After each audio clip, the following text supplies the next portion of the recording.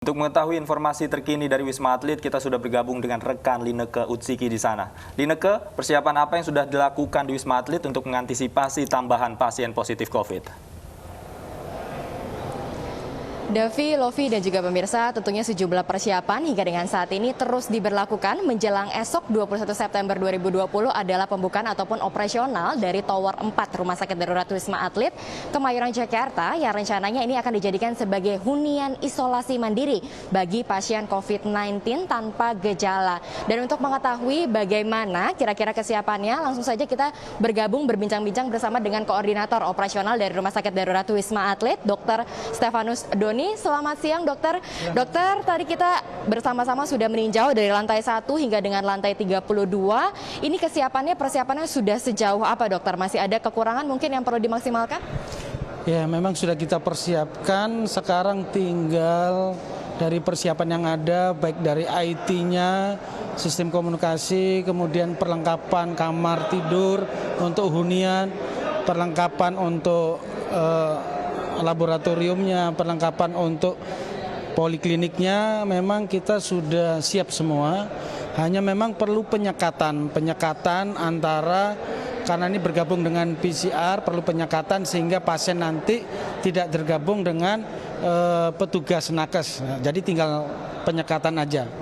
Diharapkan hari ini juga, siang ini juga bisa selesai, sehingga besok pun bisa beroperasional seperti yang diharapkan dari Kasatgas yang disampaikan kepada kita.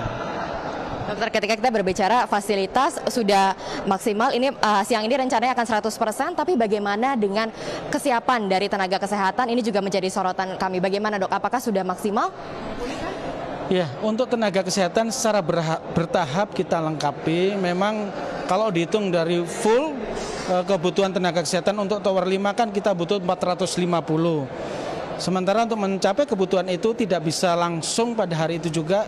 Dari mulai kemarin hingga saat ini memang sudah secara bertahap mereka datang untuk melengkapi kebutuhan SDM yang ada di Tower 5 ini. Jadi diharapkan nanti bertahap sesuai dengan penerimaan pasien, SDM ini bisa terpenuhi. Dokter Doni, ketika kita berbicara mengenai Tower 6-7, ini yang menjadi tempat perawatan bagi mereka pasien yang dengan gejala ringan hingga dengan sedang, tentu kan berbeda dengan tower yang ada di 4 dan 5, pasien OTG.